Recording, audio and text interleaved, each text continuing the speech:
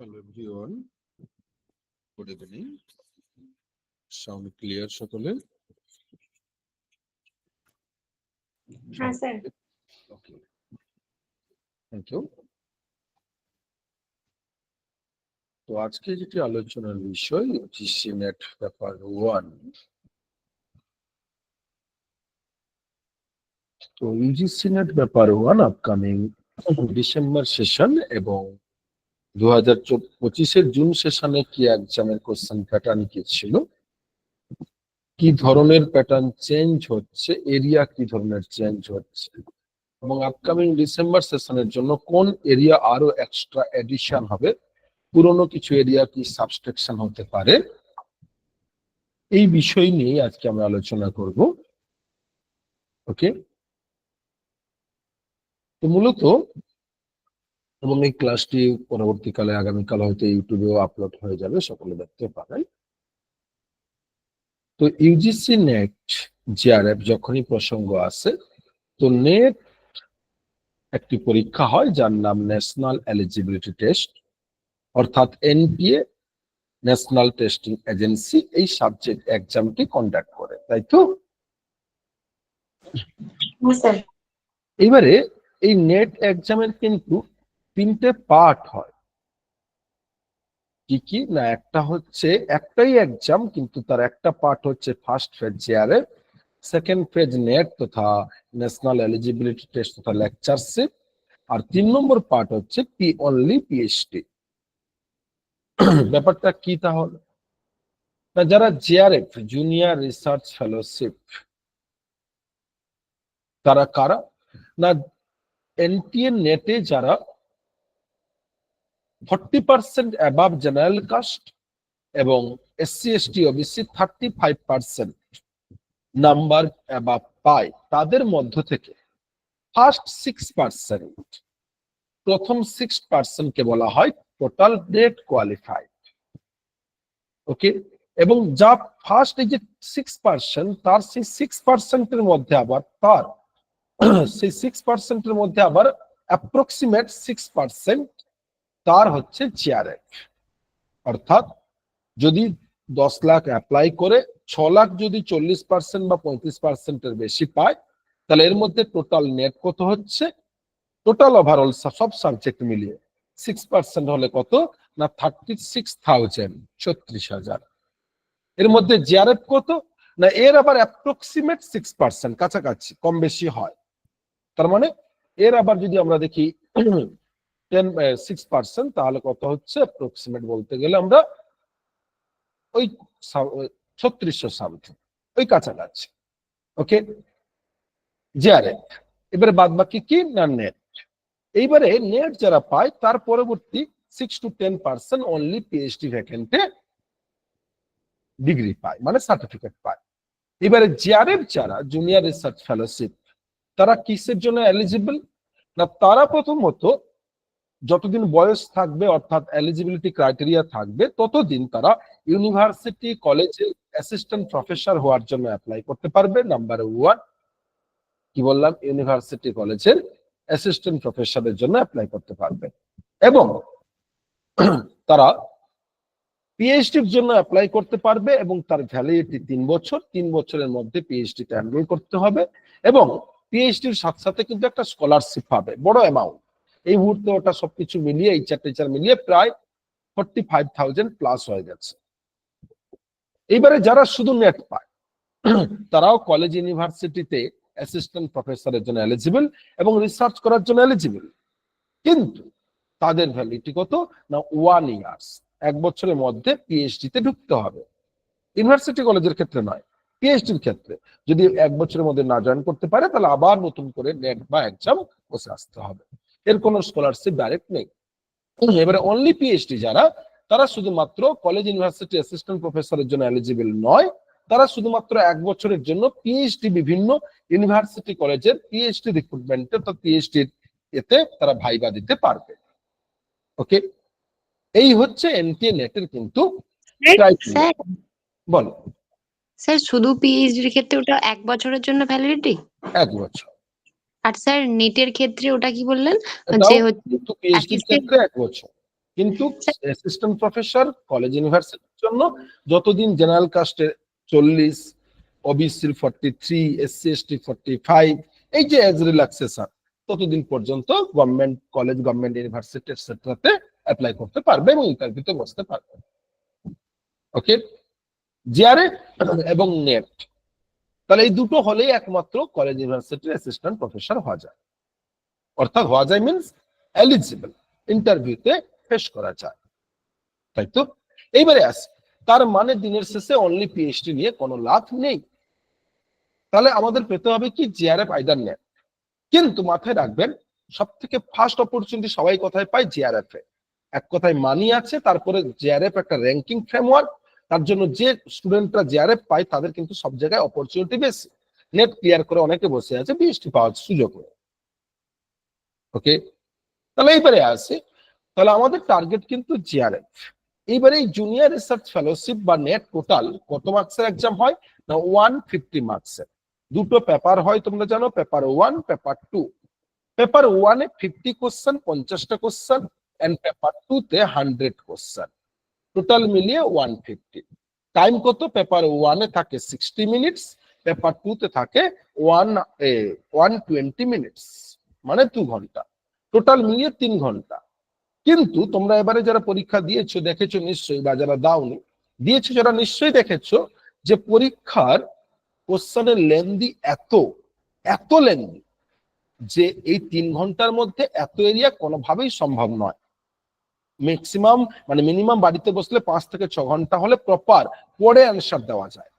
এই কারণেই কিন্তু এনটিএর নেটের এক্সাম বর্তমানে টাফ থেকে টাফ জায়গায় যাচ্ছে। তার মেন রিদিন কিন্তু লেন্দি কোশ্চেন, টাইম কম। তো এর মধ্যেই কিন্তু আমাদের পেতে হবে 180 মিনিটের মধ্যে 150টা কোশ্চেন। এবং জিআরএফ একমাত্র টার্গেট প্রত্যেকের জিআরএফ, আইদার জিআরএফ র্যাঙ্ক আমি বলি সর্বদা। তাই জুনিয়র রিসার্চ ফেলোশিপ পেতে গেলে যারা সোশ্যাল সায়েন্স সাবজেক্ট আছে, political science, education, history, geography, sociology etcetera, এই সাবজেক্টগুলো টার্গেট থাকা উচিত মিনিমাম 115টা কোশ্চেন রাইট করা পেপার 1 প্লাস পেপার 2। কেন না? ম্যাক্সিমাম এই সাবজেক্টগুলো বললাম জিআরএফ এর জেনারেল কাস্টের 105 থেকে 110 এর কোশ্চেন পর্যন্ত কাট অফ নামে। ওকে, তার জন্য টার্গেট কিন্তু একটু বেশি। স্বপ্ন বড় না দেখলে কখনো ফটো পাওয়া যায় না। তাই টার্গেট 115 করলে 105 থেকে 10-এ আটকাবে। ওকে, তাহলে জিআরএফ এর জন্য এই যদি আমাদের মাইন্ডসেট হয়, টার্গেট হয়, এই টার্গেটে পেপার 1 এ হিউজ এরিয়া। আর পেপার 1 এর কারণেই কিন্তু এনটিএ নেটের এক্সাম এত টাফ থেকে টাফ হচ্ছে। মেন কিন্তু পেপার 1, আবার বলছি পেপার 1 এর কারণেই কিন্তু এক্সাম এত টাফ থেকে টাফ হচ্ছে। তার কারণ না বিভিন্ন শিফট, এইবারে 2024-25 জুন সেশনে দেখেছো হিউজ শিফট ছিল, প্রায় 8টা থেকে 9টা শিফটের এক্সাম ছিল। তাই প্রত্যেক শিফট মানে পেপার 1 এর কোশ্চেন প্যাটার্ন আলাদা। আর দীর্ঘদিন এনটিএ নেট সিলেবাস চেঞ্জ হয়নি, তাই নেট এখন পেপার 1 এ কোথা থেকে কোশ্চেন দেবে নিজেরাই হয়তো জানে না। কারণ পেপার 1 এর কোশ্চেন এখন কোনো টিচার করেন না, আইপিএস অফিসাররা করছে। ওকে, এইবারে বলি এই পেপার 1 কিন্তু দিনের শেষে চাপ জীবন কাঠি। তোমাদের পরিষ্কার বলে দিই, দেখবে যে সাকসেস যত আজ পর্যন্ত হয়েছে তার প্রত্যেকটা কিন্তু মেনলি নেট জিআরএফ এ যত পাস করে মেন কিন্তু পেপার 1ই তাদের কিন্তু সাপোর্ট হোল্ডার। কেন না? পেপার 1 একটা নতুন এরিয়া, তাই এটাই কিন্তু অনেকের কাছে পুরো একটা এক্সপেক্টার দাঁড়ায়। তাই বাঁচালে বাঁচায় পেপার 1, মারলে মারে পেপার 1।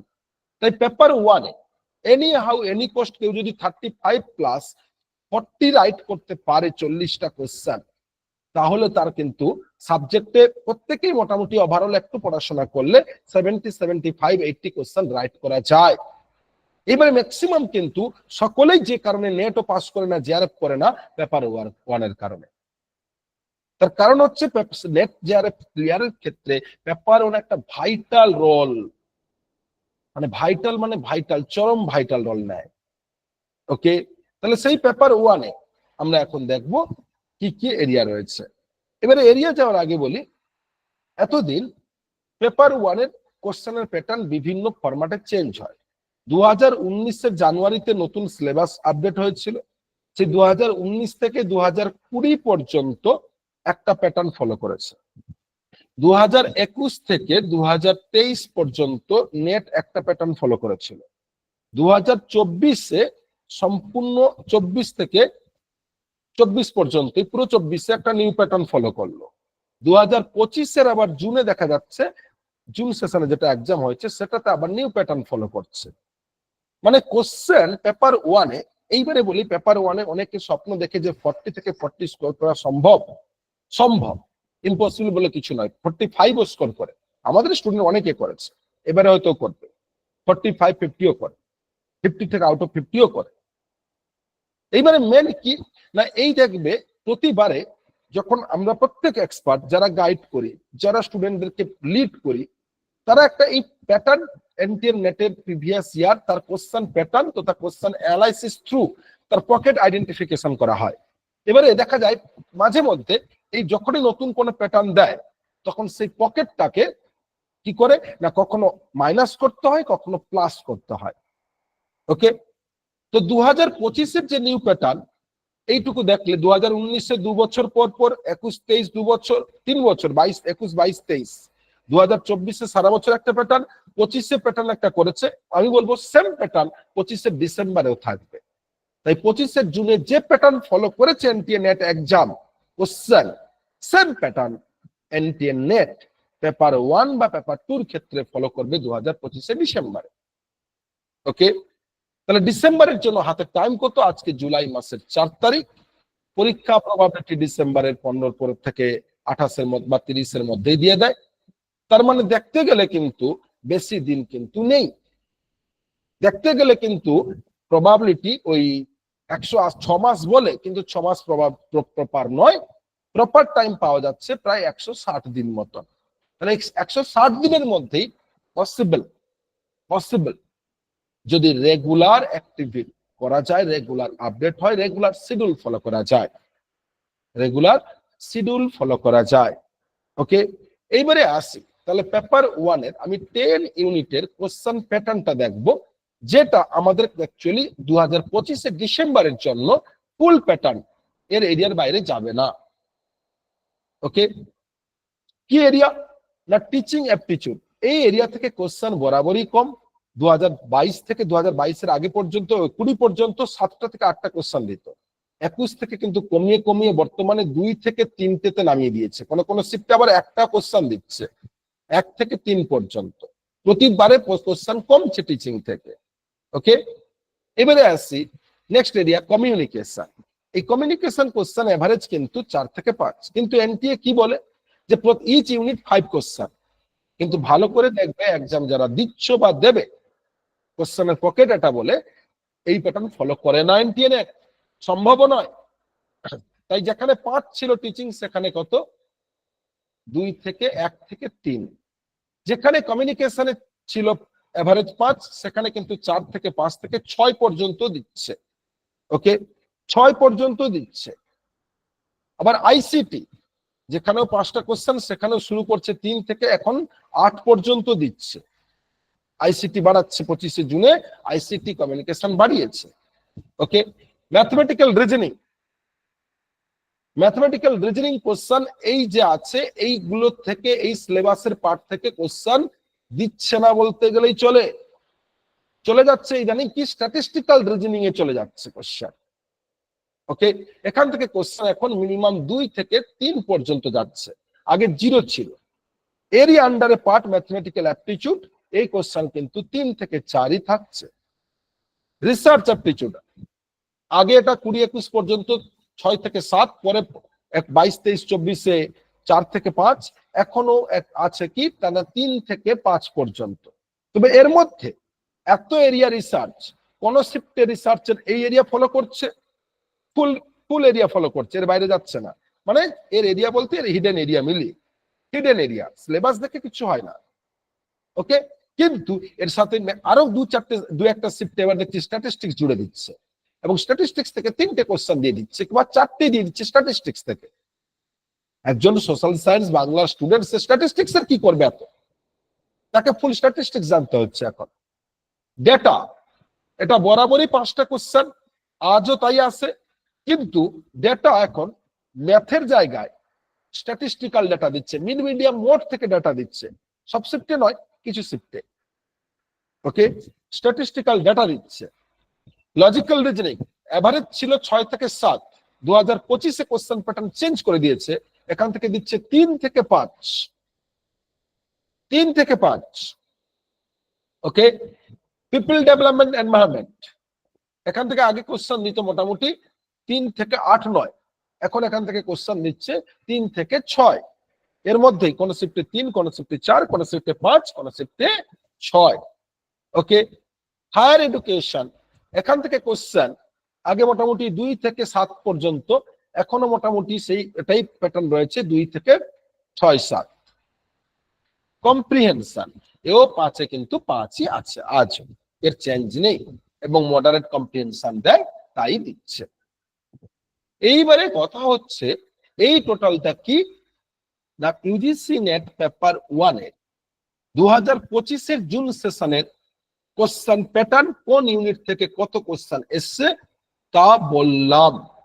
ডিসেম্বরে সেম প্যাটার্ন ফলো করবে, অর্থাৎ পেপার 1-এ 40+ কোশ্চেন রাইট করতে গেলে, মানে 80 স্কোর করতে গেলে, 80 নাম্বার পেতে গেলে, 40টার বেশি প্রশ্ন ঠিক করতে গেলে, বা মিনিমাম 35টাও ঠিক করতে গেলে কি করতে হবে না, 2025-এর জুন সেশনে যারা আমরা প্রিপারেশন নিয়েছ, যে হিডেন টপিক পড়েছো বা কভার হয়েছে, তার সাথে এক্সট্রা আরো 20 to 30% এক্সট্রা এরিয়া অ্যাড হচ্ছে, মাইনাস কিছুই হচ্ছে না। আরো 30% টোটাল এরিয়া, যত থিওরিটিক্যাল পার্ট আছে তার 30% এরিয়া এক্সট্রা এডিশন হচ্ছে।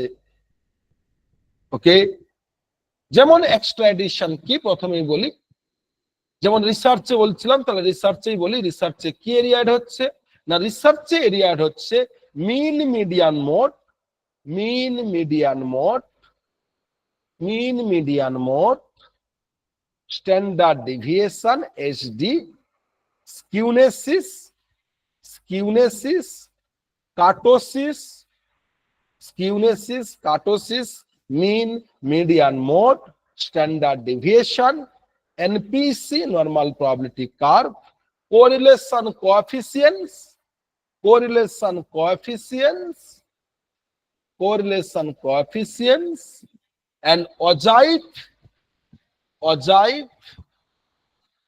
okay, parametric test and non-parametric test, parametric and non-parametric test, okay, এবং ANOVA, জেড টেস্ট, এই পার্ট গুলো অ্যাড হয়েছে, মানে ফুল স্ট্যাটিস্টিক্স অ্যাড হয়েছে। যেগুলো লিখলেন আরেকবারটি বলবেন? বললাম এনপিসি, কোএফিশিয়েন্ট করিলেশন বা correlation coefficient, mean median mode, central tendency যাকে বলে শর্টে, SD standard deviation, ogive, parametric and non-parametric test, ANOVA and JET test. Okay, তার মানে এই যেগুলো আছে এইগুলো কিন্তু শুধু পড়ে গেলে এই যেটুকু আছে তাতে আসে না, কিন্তু এর আবার হিডেন পার্ট প্রচুর আছে। এই মেথডস অফ রিসার্চ দেখতে গেলে এর কোয়ালিটেটিভ কোয়ান্টিটেটিভ এইখানে তো 2-4টে নাম দিয়েছে, এইগুলো দেখে কখনো হয় না। তাই বাজার চলতি পিয়ারসন বলো, আর কে মদন বলো, যত কিছু বই রয়েছে এগুলো পড়ে গেলে হার্ডলি 15টা মতন কোশ্চেন স্টুডেন্টরা করতে পারে। কেন না, সিলেবাস ডাইরেক্ট থেকে পড়ে গেলে কোশ্চেন তাই দেয়। এর হিডেন পার্ট এইরকম যে বললাম প্রচুর আছে। ওকে, কারণ কেন এত পড়তে হচ্ছে পেপার 1-এ, দীর্ঘদিন সিলেবাস চেঞ্জ না হওয়ার কারণে কোশ্চেন দেওয়ার এরিয়া পাচ্ছে না, তাই হিডেন থেকে হিডেনে যাচ্ছে কোশ্চেন হোল্ডাররা, হিউজ এরিয়া বেড়ে গেছে। এইবারে আসি এই রিসার্চের এরিয়া, কিন্তু এত কিছু করেও কিন্তু 3 থেকে 5, কিন্তু মাথায় রাখবে এক একটা কোশ্চেন মানেই কিন্তু আমার নেট জেআরএফ পিছিয়ে যাওয়া, এগিয়ে যাওয়া। ওকে, তাহলে এই হচ্ছে রিসার্চ। এবারে আসি, বলছিলাম রিজনিং এন্ড অ্যাপটিটিউড। এই ম্যাথমেটিক্যাল অ্যাপটিটিউডে কিন্তু চেঞ্জ কিছু নেই, যেমন প্যাটার্ন থাকে তাই আছে। কিন্তু ম্যাথমেটিক্যাল রিজনিং এ এই number series, letter series, coding, decoding, relationship, direction, blood relation, এইগুলোর সাথেই সিটিং অ্যারেঞ্জমেন্ট, এরকম নতুন প্রচুর এরিয়া অ্যাড হচ্ছে। এবং এর সাথেই এই নাম্বার সিরিজ বা কোডিং ডিকোডিং এ স্ট্যাটিস্টিক্যাল কোডিং দিয়ে দিচ্ছে। Statistical coding, statistical number series, okay, এই পার্টগুলো বা আলফা ব্লাড রিলেশন, এই পার্টগুলো রিসেন্ট অ্যাড হচ্ছে। এবং আমি বলছি এই প্যাটার্নটা কিন্তু ডিসেম্বরেও এই এরিয়াগুলো ফলো করবে, কারণ ইট পকেট তাই বলে। তাহলে এর এরিয়া কিন্তু দেখো, রিজনিং এর এরিয়া কিন্তু এডিশন হচ্ছে। আইসিটি তে বর্তমানে যা এরিয়া এগুলো তো রয়েছে, এগুলো তো থাকছেই, এর সাথে পুরো এই গভর্নেন্স পার্টটাকে বেশি ফলো করছে। মানে 2020 থেকে টেকনোলজির, আইসিটির যত নতুন ডেটা, যত নতুন ভাইরাস, যত নতুন সিস্টেম, যত নতুন সফটওয়্যার, যত নতুন টুলস, যত নতুন অ্যাপস বেরিয়েছে, লঞ্চ হয়েছে, কাজ করছে, প্রত্যেকটাকেই জানতে হবে। মিনিমাম 100 খানেক এইরকম ডেটা প্রচুর পরিমাণে গ্যাদার করতে হবে। ওকে, অর্থাৎ যা ছিল এর সাথে হিডেন পার্ট এর প্রচুর আছে, এর সাথে new data addition, automatically hidden part, কোনো নিউ সিলেবাস নয়, কিন্তু হিডেন পার্ট। এটা না বুঝলে নেট সম্ভব নয়।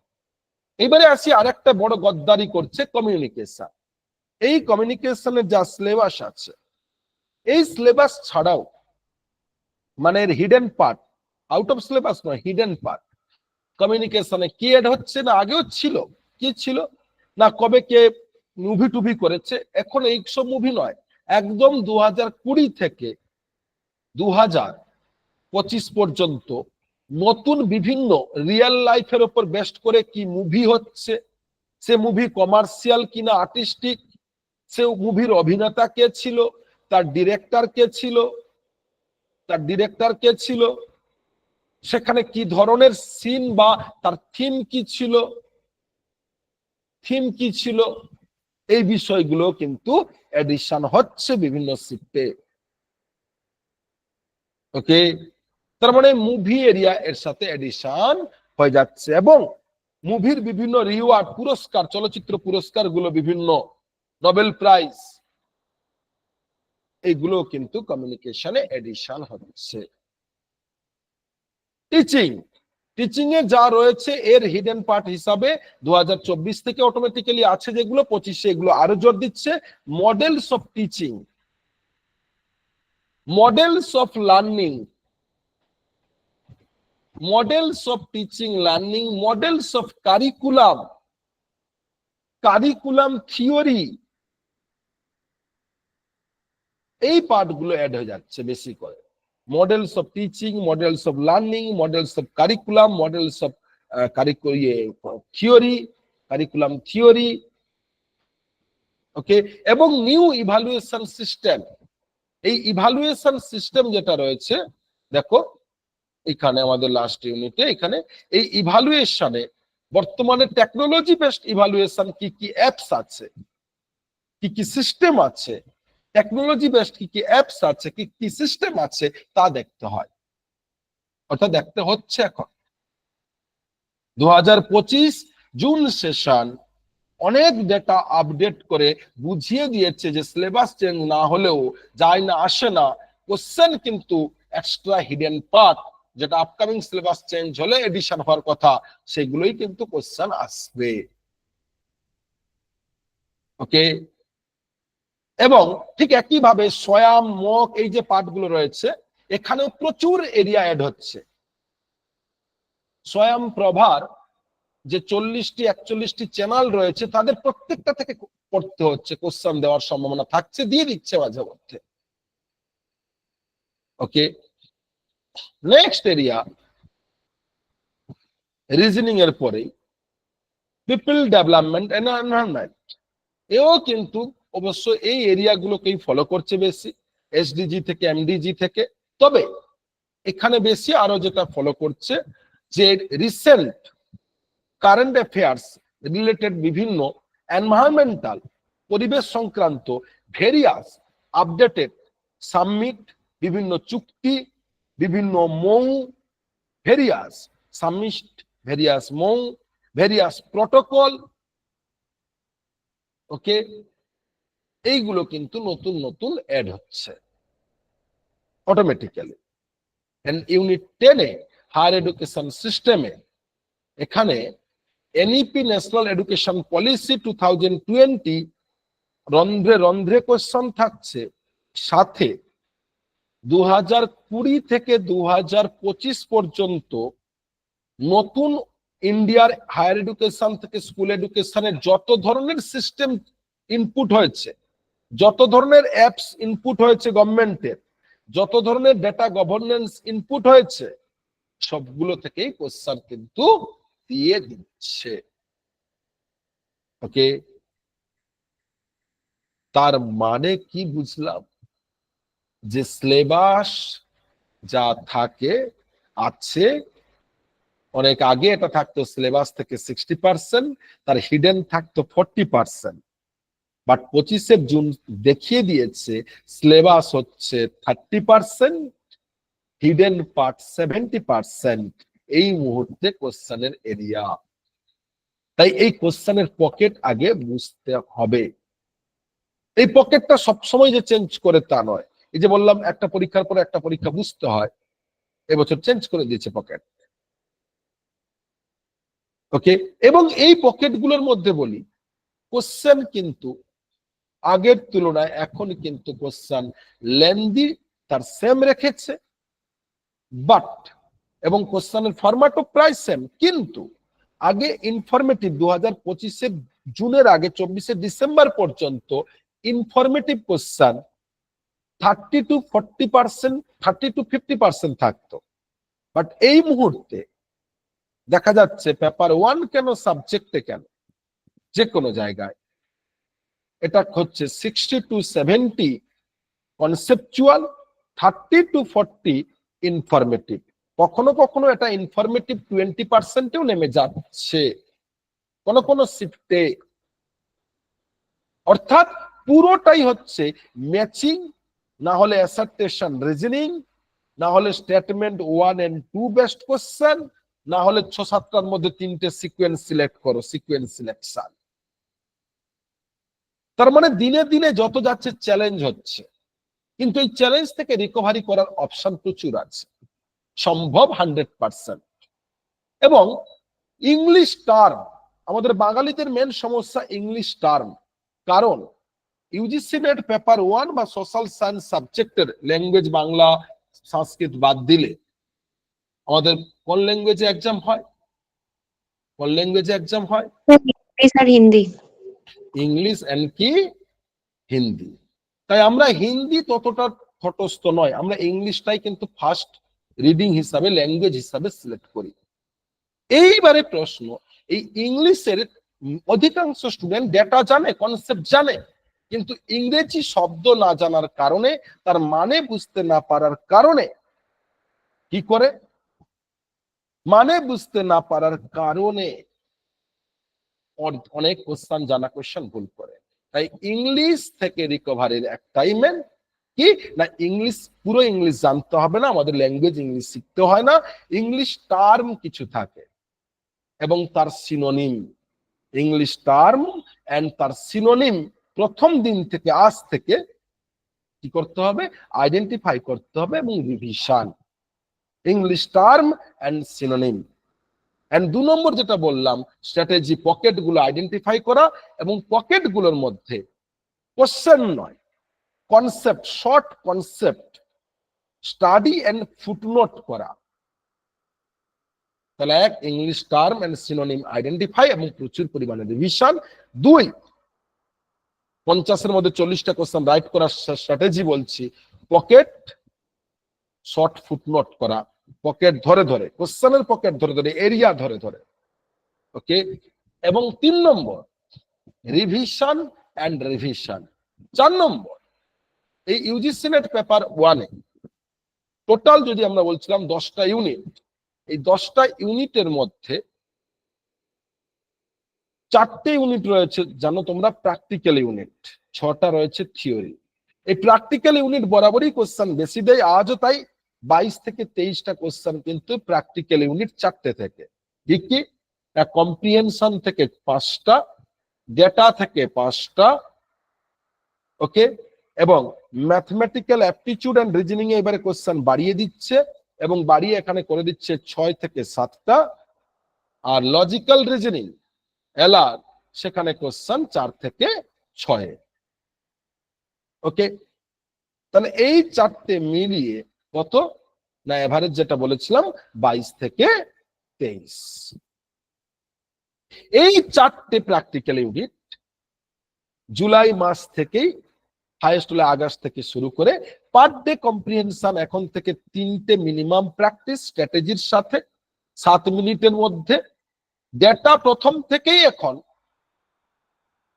7 মিনিটের মধ্যে প্র্যাকটিস, রেগুলার 3টে, এবং reasoning aptitude logical per day 20 থেকে 30 মিনিট।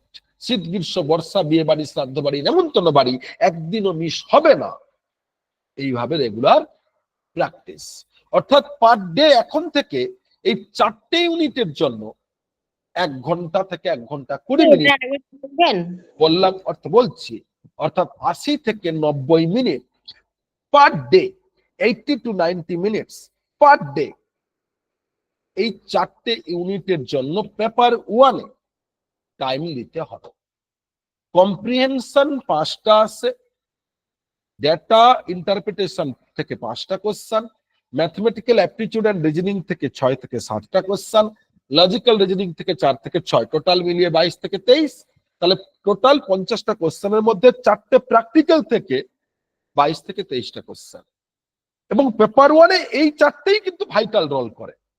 এরাই কিন্তু তোমাকে 40 স্কোর তুলতে বাধ্য করে যদি ভালো স্কোর করো।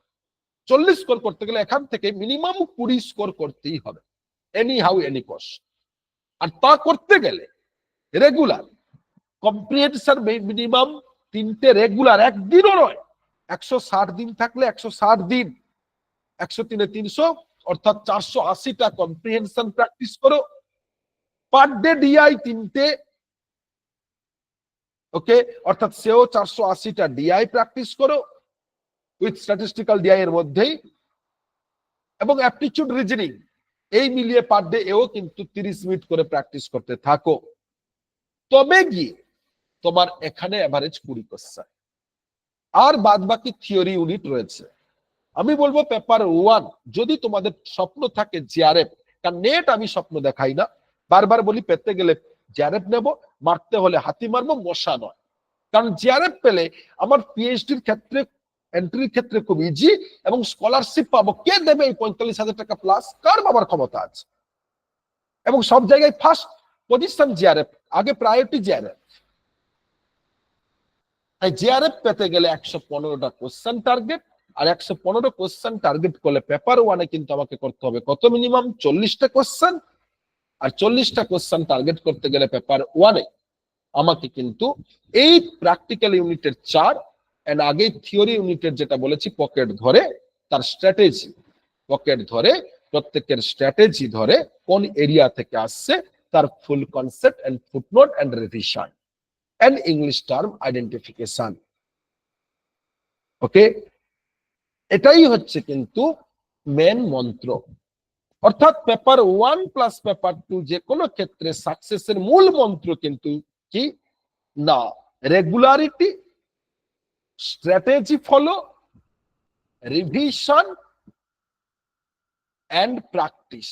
নিজে রেগুলার এক্সামের সাথে যুক্ত, মকের সাথে যুক্ত, কোশ্চেন সলভের সাথে যুক্ত। Regularity, strategy, revision and practice. যদি এটা কেউ প্রপার ফলো করে না, আজ থেকে কেউ যদি তোমরা শিডিউল ফলো করে, বেশি না, রেগুলার আজ থেকে যদি 10 ঘন্টা দাও, 160 দিন, 10 আওয়ার্স পেপার 1 প্লাস পেপার 2, কারণ পেপার 1 এ 2 ঘন্টা বেশি লাগবে না, 2 থেকে 2.5 ঘন্টা ম্যাক্সিমাম, বাদ বাকি পুরোটাই পেপার 2 তে দাও, তাহলে 115 আটকায় না। 99% কিন্তু কেউ এটা করে না। যারা করে তারা উইনার।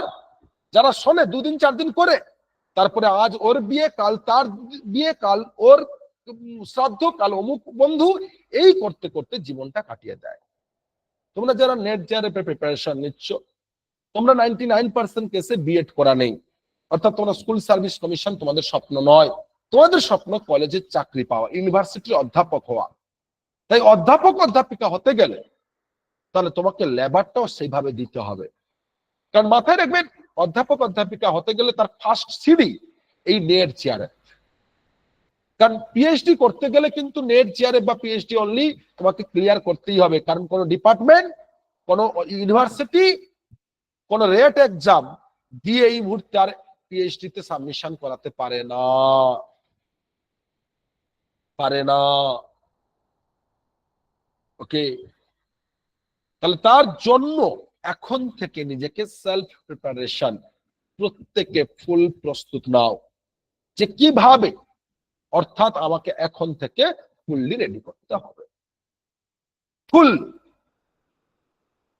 এছাড়া কোনো উপায় নেই। কারণ দেখো, আমরা গ্রাজুয়েশন কেন জানো এই পরিস্থিতি হয়, কেন এত খাটতে বলছি, তার কারণ আমরা গ্রাজুয়েশন মাস্টার্সে সাবজেক্ট বলো সব জায়গায় আমরা কি না সাজেস্টিভ পড়াশোনা করি। আগের বছর কোশ্চেন আসেনি, 5 বছরের কোশ্চেন দেখে যাও, চলে আসবে। তার ফলে 80% অ্যাবাভ টপিক আমাদের গ্রাজুয়েশন মাস্টার্সে পড়া হয় না। আর এর ফলস্বরূপ আমাদের পরবর্তীকালে এইরকম কম্পিটিটিভ এক্সামের ক্ষেত্রে ফুল প্রিপারেশন নিতে হয়।